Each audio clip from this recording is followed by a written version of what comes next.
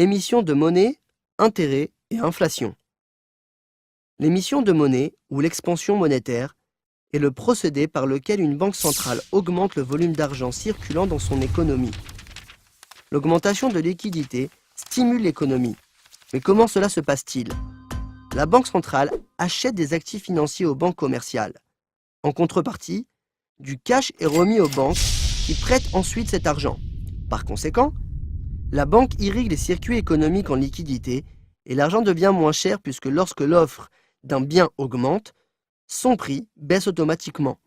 En réalité, les banques centrales disposent d'une méthode d'intervention monétaire plus simple, le mécanisme des intérêts. Les intérêts représentent le coût d'un crédit. Lors d'un emprunt, les intérêts constituent le prix payé au prêteur, quel qu'il soit. Si des fonds sont déposés dans un compte épargne, les intérêts représentent le bénéfice reversé par la banque. En d'autres termes, ils représentent le bénéfice réalisé sur le prêt que nous avons consenti à la banque. Si la banque centrale abaisse son taux d'intérêt de base, cela entraîne une baisse des taux d'intérêt dans les autres secteurs. Crédit hypothécaire, prêts, dispositifs d'épargne et dépôt à terme. Les intérêts sont également influencés par la perception du risque. Plus l'emprunteur est considéré comme sûr, moins le taux appliqué sera élevé. Au début des années 80, le taux d'intérêt de base aux États-Unis était de 15%, et en un an, il est tombé à 0. Cela s'est produit dans plusieurs régions du monde, et l'argent est ainsi devenu meilleur marché pour tout un chacun. Lorsque les taux d'intérêt sont bas, il est intéressant d'emprunter et de consommer plutôt que d'épargner. Jusqu'à l'arrivée de la crise, la baisse des taux d'intérêt a stimulé la croissance dans tous les secteurs de l'économie. La consommation privée a augmenté, car il valait mieux d'emprunter qu'épargner. Les investissements des entreprises ont été stimulés, puisqu'il était facile d'emprunter pour construire des usines et verser des salaires.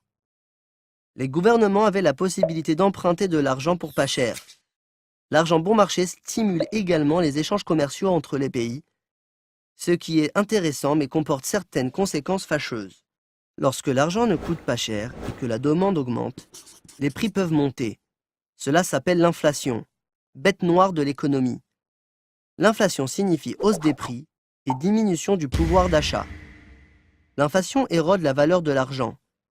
Les gens se précipitent pour acheter avant la hausse des prix, voire constituent des réserves. L'augmentation des salaires et la compétitivité sont mises à mal. La solution réside dans la hausse des taux d'intérêt qui enchérit le prix de l'argent. L'argent pas cher comporte un autre risque qui est la formation de bulles, notamment dans l'immobilier et les marchés actions. Les gens se retrouvent endettés par des prêts à la consommation, l'achat de logements et les placements dans la pierre sont financés par les emprunts immobiliers, la demande augmente ainsi que les prix. Les investisseurs sur les marchés boursiers et les actifs financiers prennent des risques plus élevés car les placements sûrs ne sont plus rentables. Il s'ensuit une hausse générale des prix de l'immobilier et des actions sans aucun lien avec leur valeur réelle.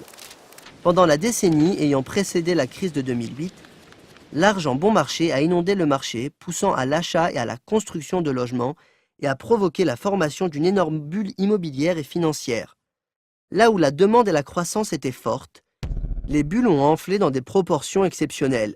L'Irlande et l'Espagne en sont des exemples frappants. Après l'effondrement des marchés et des économies, il est devenu évident que les gouvernements eux-mêmes avaient leur part dans ce jeu de Monopoly et avaient accumulé des dettes colossales.